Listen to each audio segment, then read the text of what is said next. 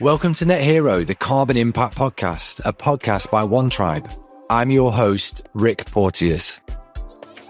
Welcome to the inaugural show of Net Hero, a Carbon Impact Podcast. On this podcast, we're going to be talking to many different people that we think are heroes in the net zero space. So this could be climate scientists, it could be directors of sustainability at consumer brands, and everybody in between. We really want to showcase and share the positivity and the amazing results that people are having. We don't want to talk about the doom and gloom. We're all aware of that, but this is about showcasing real moves forward that are going to have a positive impact on global biodiversity and protecting and regenerating our planet. And today, our first show is with Dr. Will Beer. So Dr. Will Beer is an incredible person that we've been working with at One Tribe, and he has some fantastic insights for you on the whole climate claims disclosure, carbon neutrality versus carbon impact, the entire scenarios that are happening in that space, and how to actually disclose and talk about this publicly. So, Will, absolute pleasure to meet you. Thank you so much for joining us today. Yeah, thank you for having me. No worries. So would you just give everyone an overview of who you are, your background, why you're Dr. Will Beer, and what your experience is in the carbon footprint and management space? Sure, thank you. Yeah, so my background is pretty checkered. I started off as the mechanical engineer, and I'd finished my first degree in 2009, which was a pretty sucky time to finish with the big, crash of 2008. So I was having interviews cancelled left and right. I raced motorbikes, which I know is not very green, but I raced motorbikes. I blew a race bike up. I really needed money to fix the thing, and I got offered a PhD, so I did one. And that's the genuine reason I became doctor, was because of needing cash and needing to fix a race bike. But my PhD was actually to reduce pollution, to do with certain types of mining operations. And that's really where I tried to gain and gather that momentum and appreciation for how the world was changing. That led me into a career of engineering management. And I started to basically get really good at reducing lead times in engineering businesses. And out of that ultimately came Tunley Engineering. So I started working on Tunley Engineering 3 a.m. to 7 a.m. every day for a year and a half. And then I committed to it. We wanted to help engineering departments to become more efficient and engineer a better future. But that message got a bit confusing for people. So we rebranded Tunley Environmental, and now our entire focus is on helping organizations reduce their impact on the environment. And we do that by helping them baseline their carbon footprint, their biodiversity impact, their resource impacts, and then create really cohesive strategies that align those three pillars of sustainability together. And clearly, carbon offsetting for almost all organizations is a significant part of that strategy and that journey. Okay. Awesome, Will. Thank you for giving us that insight. So from what we're doing with this podcast and what we do at One Tribe is we're trying to demystify the whole carbon impact story and the disclosure, how to go about doing this, because what we see at One Tribe and hundreds of customers we speak to in every industry and every stage of their net zero journey is massive confusion. No one knows which way to go, how to talk about things, how to showcase it, how to disclose it publicly. So you're in alignment with climate claims codes that are coming in,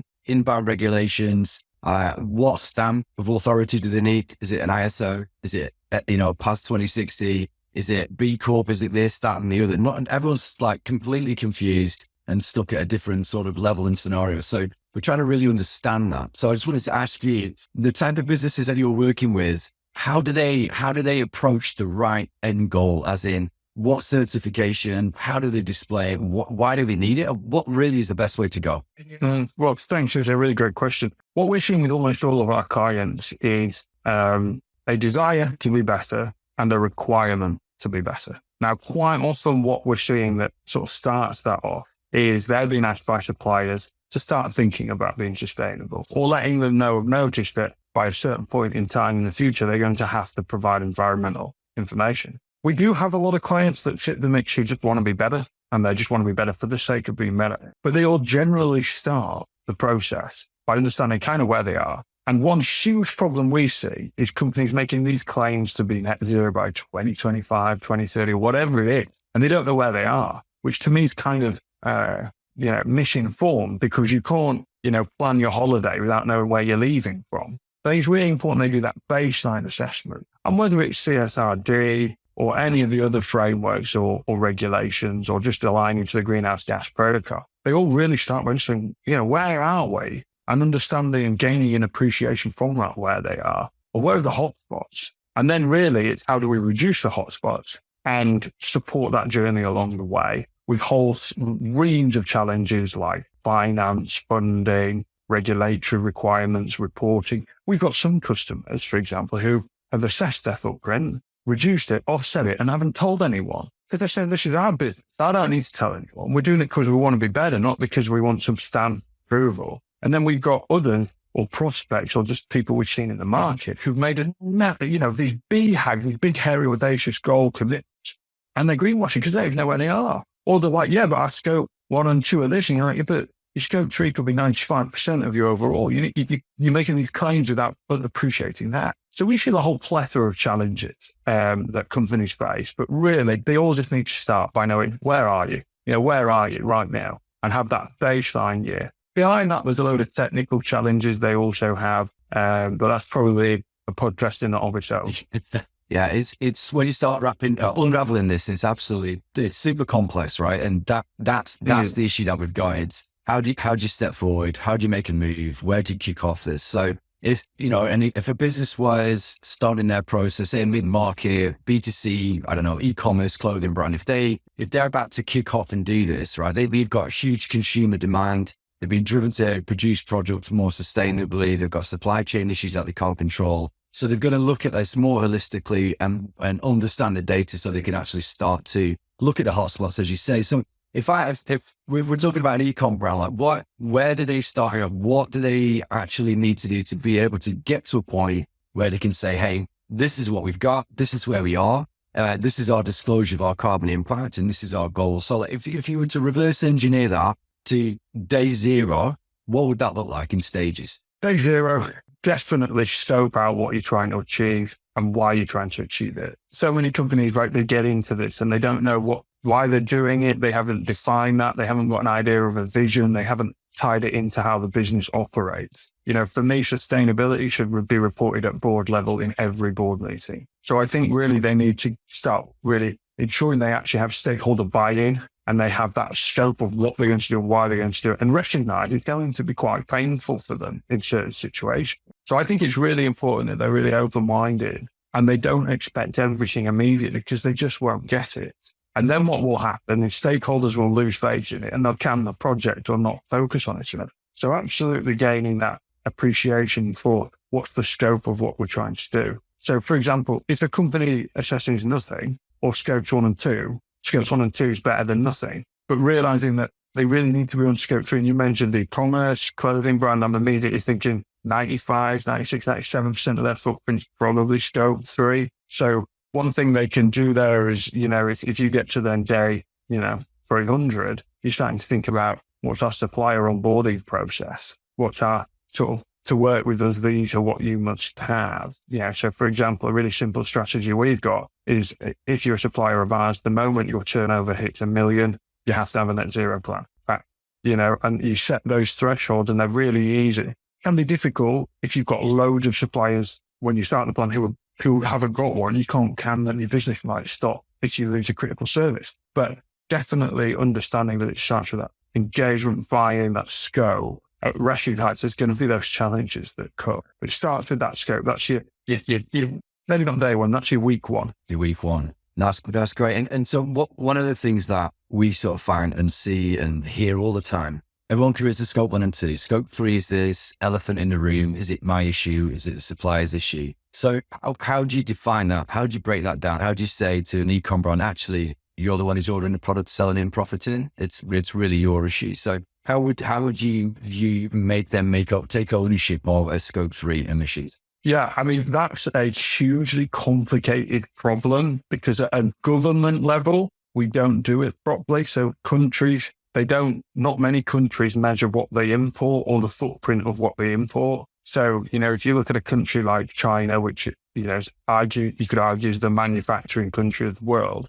If we buy product from them, we don't measure the footprint. Now, there is CBAM regulation that's coming out that's linked to the EU, where it starts to measure a carbon tax of moving goods in and out. So it's moving in the direction of it, but you've definitely got those types of challenges with Scope 3. Now, let's say you've got a supply chain that is so, distracted from you or far away that you can't even have a conversation with them about their footprint. You could always default to spend-based, which is where you look at what are we buying, how much are we spending, and where is it from, and use a very approximate emission factor for that. I'd say with sustainability, perfection is great, but perfection is also very difficult.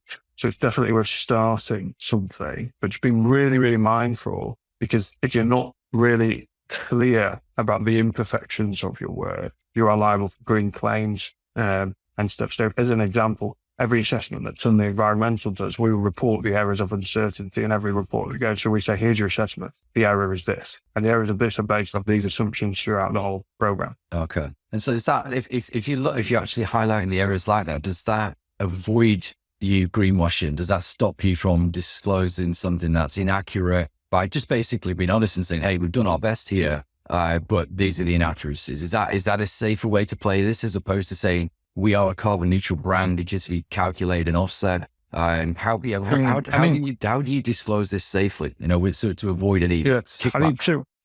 Just to unpack that question, Rick, carbon neutral is probably not something I would personally push as a marketing collateral, because essentially you've offset your footprint. Huge amounts of data suggests that those who are carbon neutral are actively working on net zero. And you'll be really hard pushed to find a company that's carbon neutral and not working to reduce their footprint. So, carbon neutral is like a step on that journey. But your definition of net zero also changes as technology changes. It means that there's new options to reduce it further. And so one of the big things is, it's a bit like quality, right? The pursuit of quality has no finish line, and the same can be said for sustainability. Is constantly going to evolve. But for me, in terms of avoiding misleading information when you're talking about errors in work, I think that transparency is really important. But at the same time, you don't need to tell everyone your life story. You should say, with the information available, we've got this error. So if we're doing an offset to be carbon neutral or net zero,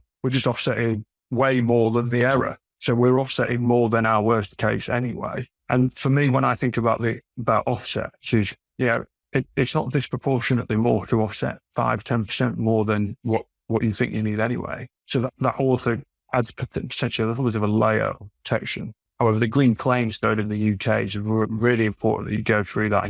These are the actual points we have to make sure that we are satisfying all of those needs. And that's really important. So Will, just something that keeps coming up in conversations is green claims codes. What's happening in the EU? Obviously, we work with companies in California. They've got their laws coming in. And what we found, like when this started to be announced, was a huge change in mindset of people looking to buy carbon dioxide removal credits, looking to disclose. People started getting super paranoid about how they're going to do this. Actually, we even saw clients retracting all their sustainability messaging off the website in California because they were that paranoid that they were going to be held out or called out. There's so much negativity. So this is it's a major issue for the whole net zero movement. It's like you can regulate it to death, nobody does anything, or open it up a little bit, let people move forward, but then risk, a little bit of greenwashing or a lot of greenwashing. So everyone's sort of stuck in this left or right scenario, not knowing which way forward. So how can a business safely go through the scope emissions, do all the calculations, kickstart their reduction plan, which is on them, it's their supply chain predominantly that they've got to do. But how can they then take the results of that, disclose it publicly, engage their attendees or their customers or stakeholders, and actually do it in a really interesting way? So what have you seen out there from a disclosure perspective that's really got buy-in from everybody and, really been successful? I think for me, when we sort of unpack that sort of approach to disclosing information, sometimes it involves some patience. I think some of the best examples I've seen are where companies don't talk about what they're doing. They talk about what they've done. Okay. So the impact of what we did last year is this, as opposed to the impact of what we're going to do is that. And I think that's a totally different mindset, because you're basically delaying your return on investment, if you like, but your return will likely be higher for that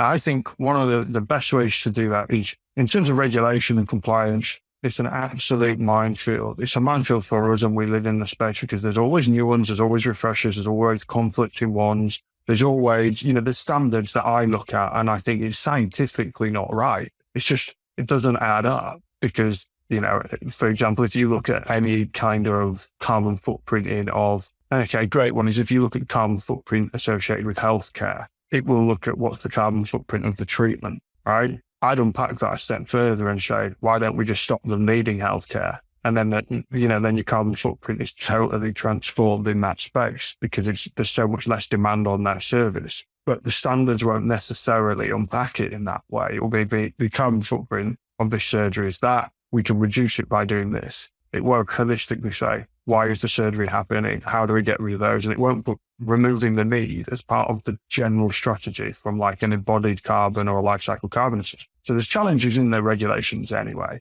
The other thing is there's a massive challenge. There's no real global approach. There's regulations, frameworks that come in certain spaces like ESOS, right? In the UK, for example, and it's not connected to others. The main thing is come back to your principles of if we measure everything effectively, and where possible, if we're measuring a product, for example, we come back to an international standard, an ISO standard for carbon footprint. We draw back to that, we're protecting ourselves because we're using the due diligence against it. The other thing as well is being quite, making, your readership, your audience quite aware of their misconceptions as well. So as an example, you might think, the carbon footprint of aluminium is quite high, right? Because globally, it's got quite a high emission factor, okay? i.e., so European aluminium might have an average of, I think it's like somewhere between 6 and 8, don't quite maybe 6 to 8 kilos of CO2 per kilo of billet, right? But if you buy that same grade of aluminium from another country, it can be close to 20.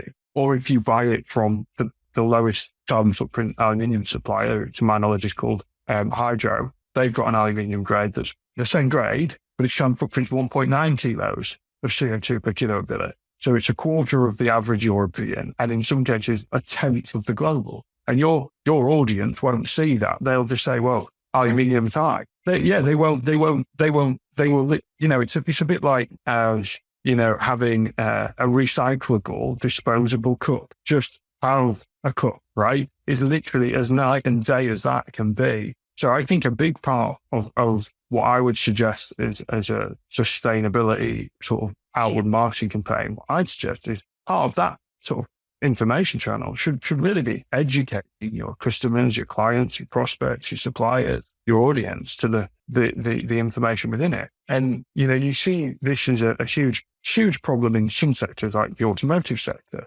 where lots of EV manufacturers don't release the carbon footprint of their cars. And for me, I'd be like, well, if you're proud of it, you probably release it, right? So it's supposed to be way more, isn't it? That with EVs, that's the sort of scam of the whole thing is, they're great because there's no emissions coming out, but to manufacture that product, it is insane, the carbon footprint. But there is some trail, without digressing too much, there's some trailblazing companies in that space who are really reducing the carbon footprint and the rare earth mineral requirements of batteries and EVs. So, even that space is full of cloud, and that's a regulated industry, right? With so much focus, and maybe they're not releasing the footprint because they're so scared that someone's going to ring us and say, "Is that real?" Is that right? That's it's the fear factor, isn't it? That's why they hold back. So I think on your messaging though, you can talk more about your theme of sustainability and how that relates to action. I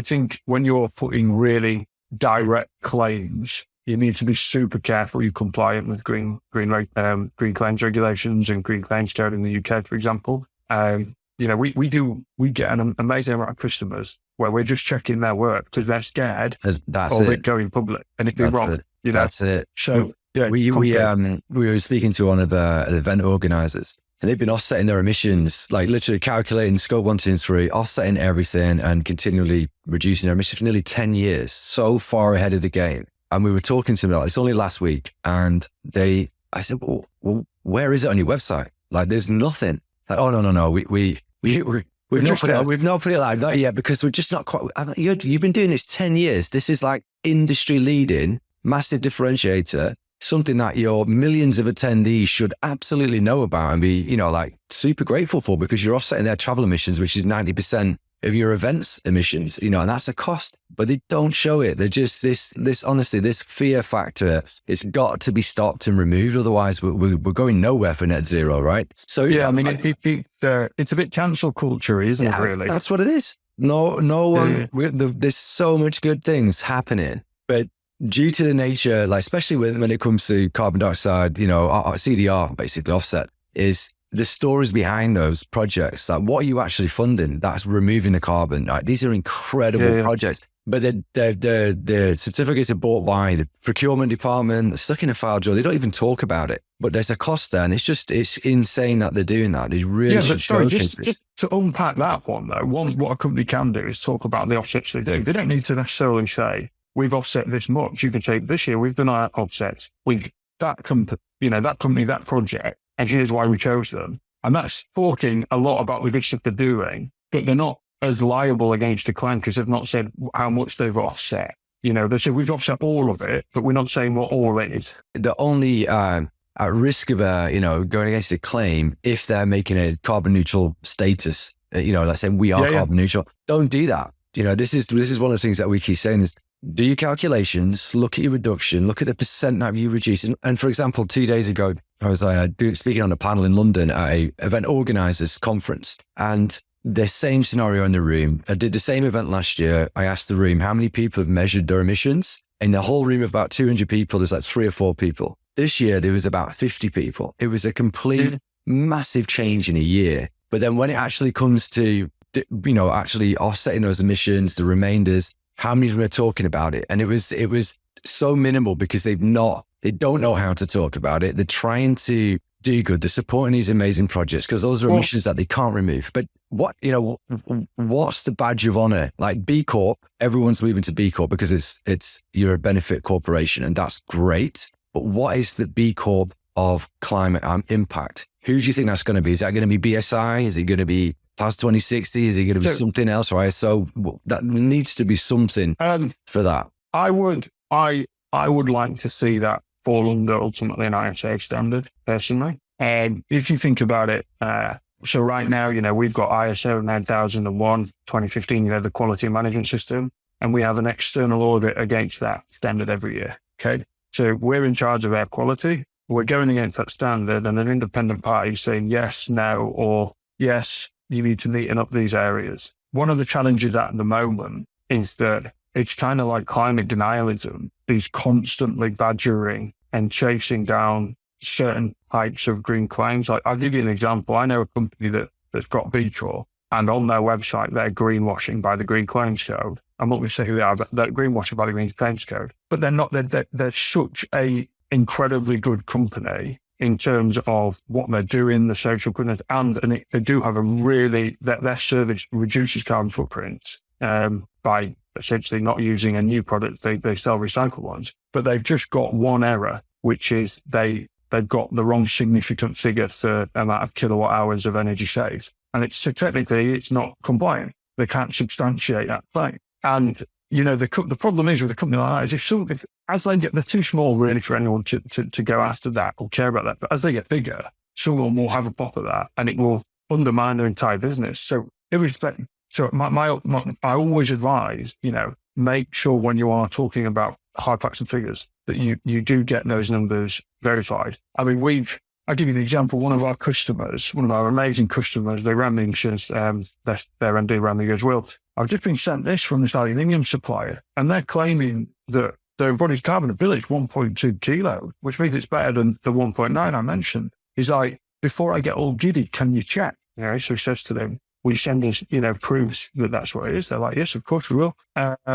Anyway, they sent the information over. It's all garbage, all of the garbage. And they've been selling aluminium billet at 1.2 kilos of CO2, and all of it was wrong. And it was like, it was a significant figure out. And one of our team, we got brought, we've been brought in before to verify claims of within a product development steering committee for a company overseas, and we find enormous erroneous errors in their work. So one of the things that is important is just make sure what you're doing is actually right. And the bits that you know aren't quite right, make it really clear. We have more work to be done on those figures. As a simple example, I've got an electric car and the carbon footprint isn't released to that car, right, unfortunately. So we've found an equivalent vehicle where it's released and we've times it by 1.5. Because what I do know is if it was less, I think they'd tell us, right? So I've just made these things right. We're just assuming it's a lot worse.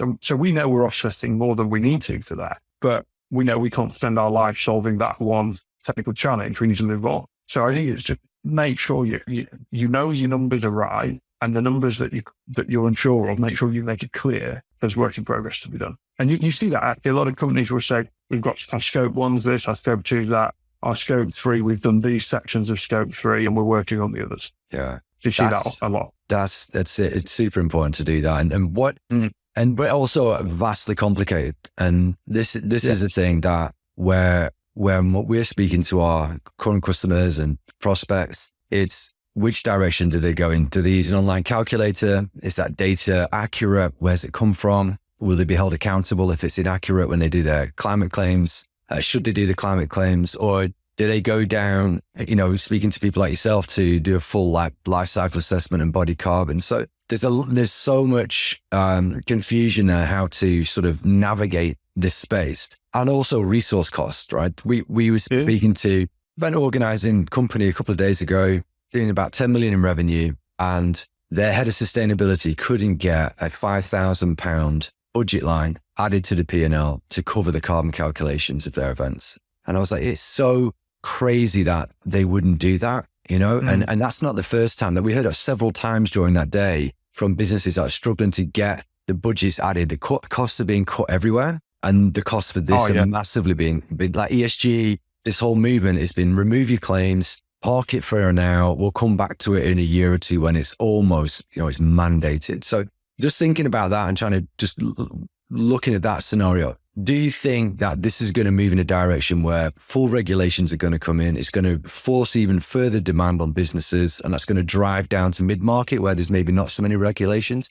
Do you think it's going to be like common practice for everybody to get scope 1 and 3, 2, 3 done, disclose that, and keep moving forward? Or how do you see it happening? What time frame? You're talking about 6 months or 12 months? Years? 12 months, 24 months. What do you think will happen? Okay, so over the course of 12 months, what we are seeing now is your mid-market SME players, those with spared cash, are investing in their future by doing it now, and they're just paying quite a lot of money to get it done. We've got a lot of customers in that space where it's somewhere from £3,000 to £6,000 a month that they're paying to get support on the whole sustainability within the business. We've then got other customers where it's what they're doing is, all prospects, they come to us and they do not have the money to invest in doing it right. So they're doing things like using online calculators, and they are getting better. I mean, our niche is more at the premium end and the end where, the regulated end, or the end where, there isn't emission factors for the product. So we actually have to work out emission factors or really high confidential information, all that kind of thing.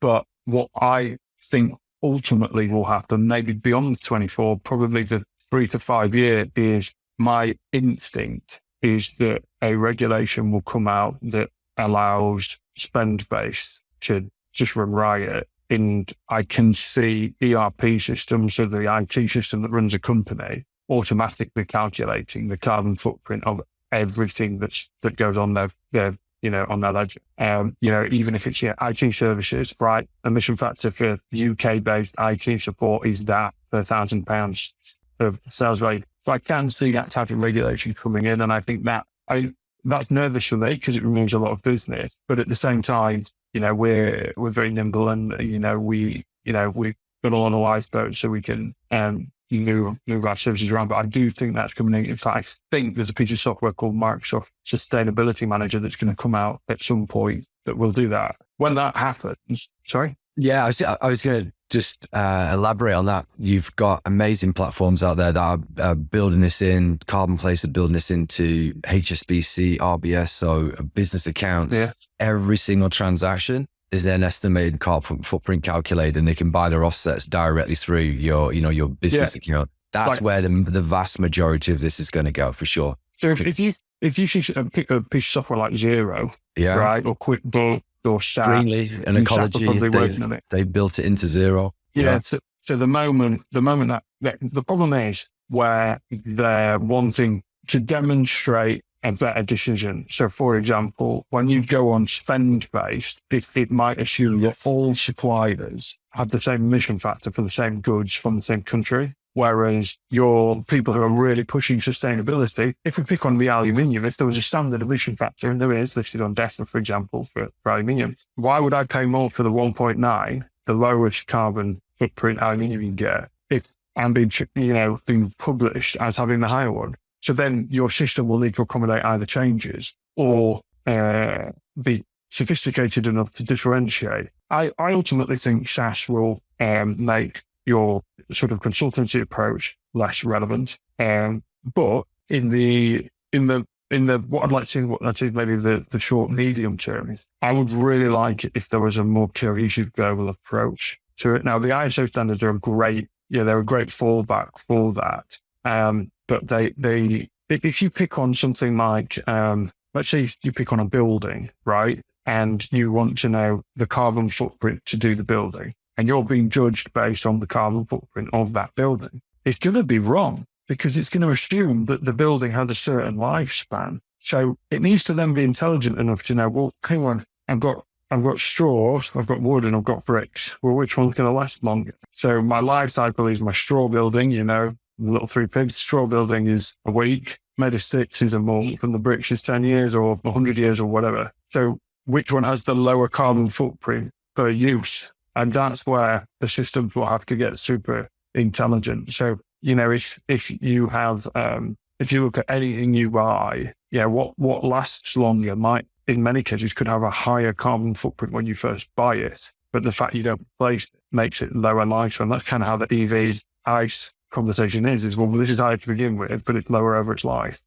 What do you think about AI and we've seen all the automated platforms like we mentioned about being attached to your bank account and looking at the products and services that you buy, but from carbon footprint management calculations, how could ChatGPT take over this? How can someone, because Science-Based Targets Initiative, big framework, that's leading it for enterprise. Mid-markets are trying the best to get involved, but there's only 7,000 businesses, I think, that are through SBTI, where there needs to be 700,000 by now, so it's a way off. We do a lot with SBTI, and we're also starting to do a lot more with SBTN, to the Science-Based Targets for Nature, which is more around biodiversity. That's a really good question. If I sort of answer it in 2 hours, the first thing is we recently did a survey to our network and also all of our newsletter subscribers who get our weekly sustainability updates. We asked them, what's their biggest risk they think? AI, climate change, security, or the economy? And obviously, my business network all said the economy.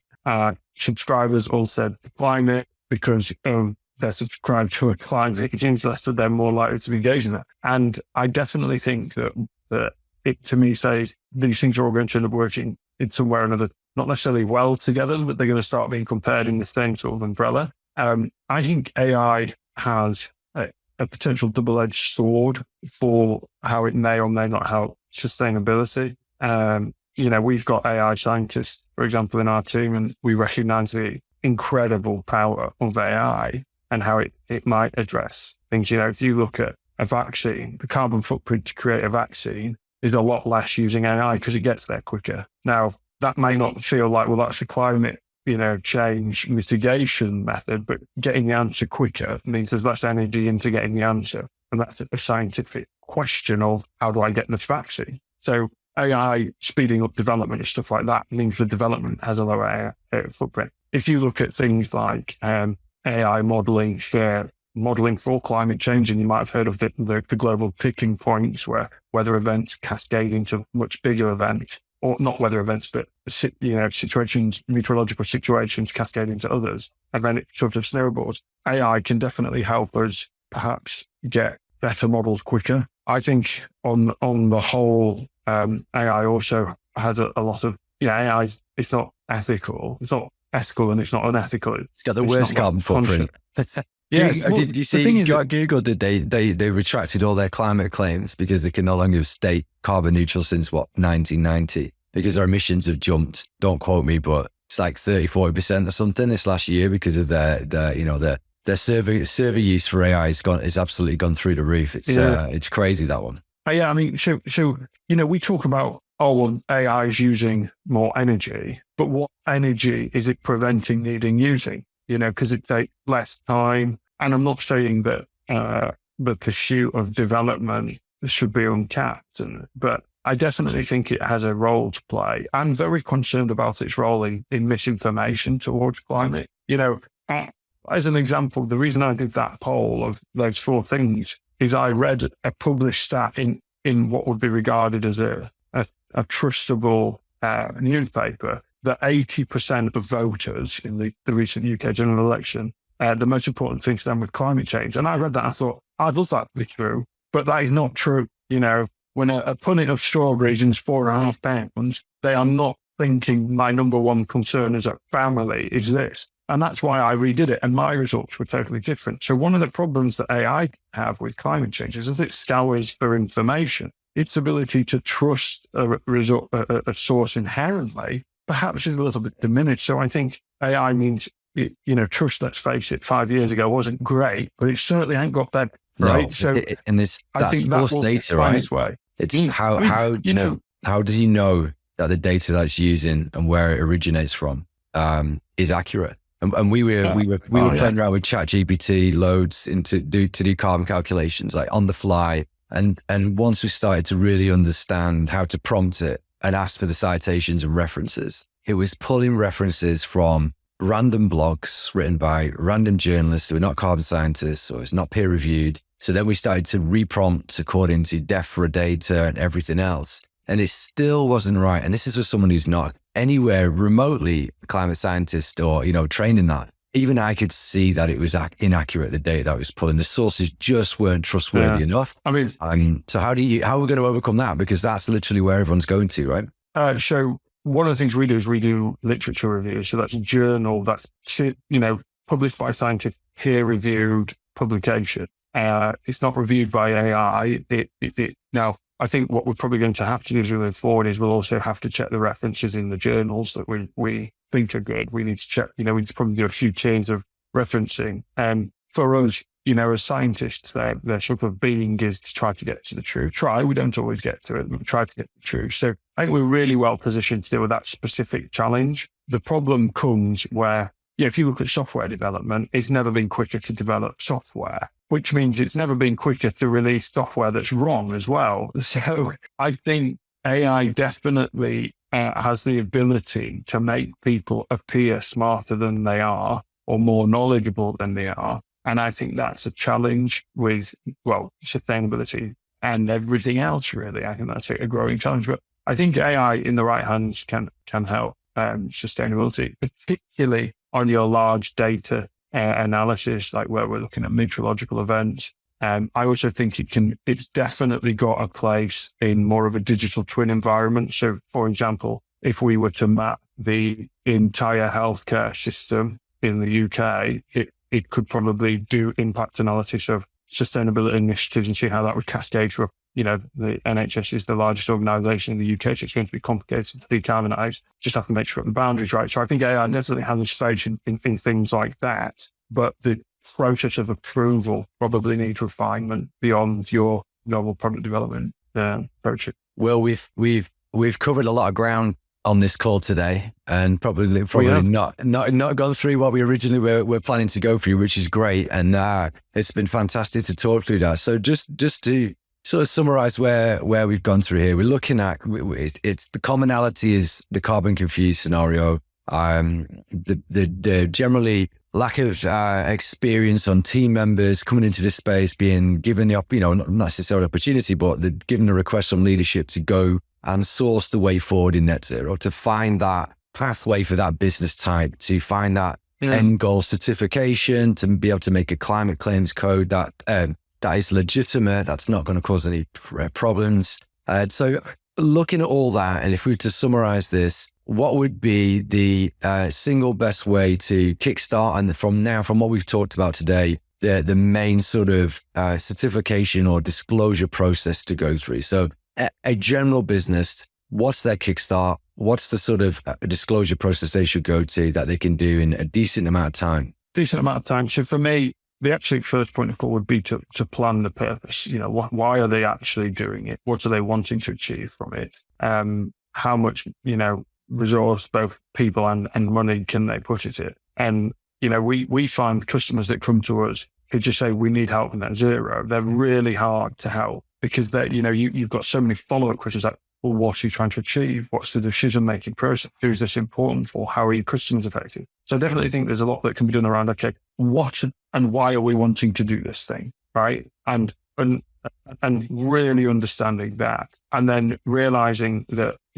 when we do things like a baseline assessment, if there's an issue with your baseline assessment, everything that follows could be wrong. So it's really important that we get that absolutely nailed. And we do some common sense things like have intensity ratios in there. Because if your company doubles in size, no matter what you do, more than likely your carbon footprint's probably going to go up. So what's our carbon footprint per $1,000 revenue or full-time employee or office or whatever? Definitely that understanding that base at the beginning. And if you don't have leadership buy-in, it probably won't work very well. So if the board are not involved, you're probably setting yourself up for a much more difficult journey than you might expect. So it's definitely worth getting your leadership involved.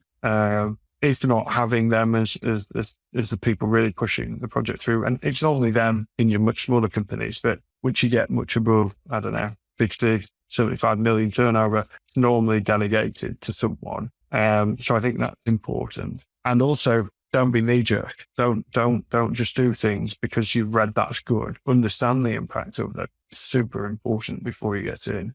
And that plan needs accountability. And here's a really important thing. There's going to be a cost to implement the plan, right? So make sure everyone is aware of, strategy one is this, offsets are likely this, training is this, allocation is this, whatever it might be. And just actually have a plan because, the easiest way to fail is to not plan. Yeah, absolutely. Absolutely will. And one of the things that we always trying to say is this is a journey. It's not a destination. There's no, we do this now, it's done, tick the box, finished. It never stops. It's measure, reduce, remove, repeat. And that's really what we're trying to get people to understand. And it's really a long-term education process. You can make huge moves very, very quickly. But after that first baseline's done, that first initial reduction's done, it could be swapping energy suppliers, etc. Yeah. And the rest is the bit that's going to take time, and you've got to continually work it on that. And I think companies need to recognize that very soon this is a cost of business. No different than having insurance. It's no different than having a quality management system or, accounts in order. It probably ends up needing its own line in your P&L. And, you really need to see it as try and not think of it as a discretionary cost. Try to think of it as a value-adding cost. I think is quite important. Yeah, absolutely. Absolutely. So Will, just to close out on this, and it's a question that we're going to ask everybody that comes onto this podcast, and it's under the Net Hero tagline. So we're championing positive stories, showcasing how you can actually have major impact. And out there's some amazing pioneers in this space. The founders of Patagonia, it could be David Attenborough, and all these different people that have absolutely changed the game when it comes to the net zero strategy pathway in this entire industry. So from your perspective, can you name a single person out there that's really inspired you? It could be scientifically, it could be from a keynote or a TED Talk, whatever, that's really inspired you on this journey and helped you, and tell us why. Okay, so I'm going to not name them, but I'll tell you who these two people are. My two daughters, and I have a genuine reason why. First of all, I think if we localize sustainability and why we're doing it, it's going to help us all. My eldest daughter, and we've got EVs, and my eldest daughter, who's 9, will not get driven to school. She wants to walk because it's best for the environment. And that, at my age is something I would have never have considered. And I think that with sustainability and climate change, if you can link it to people you really care about, you're more likely to do something about it. And I like the fact that they're an inspiration to push sustainability. And I think that, if you work hard for your kids and your partner, it's a pretty good motivator to really crack on with sustainability, because it's not even now our kids' futures, it's our own.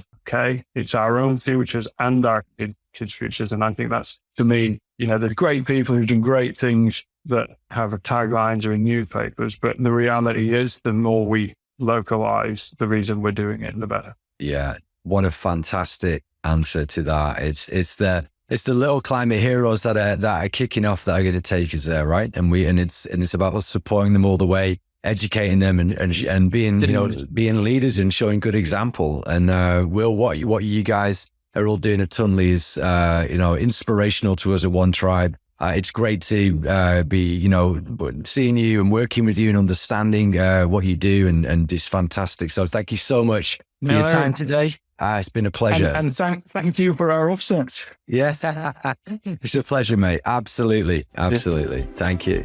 Net Hero, the Carbon Impact Podcast, is brought to you by One Tribe, the carbon impact platform. To find out more about One Tribe and how they're helping businesses achieve their net zero goals, visit onetribe.com. Make sure to search for the show in Apple Podcasts, Spotify, YouTube, or anywhere else podcasts are found, and be sure to click subscribe so you don't miss any future episodes. On behalf of the team here at One Tribe, thanks for listening.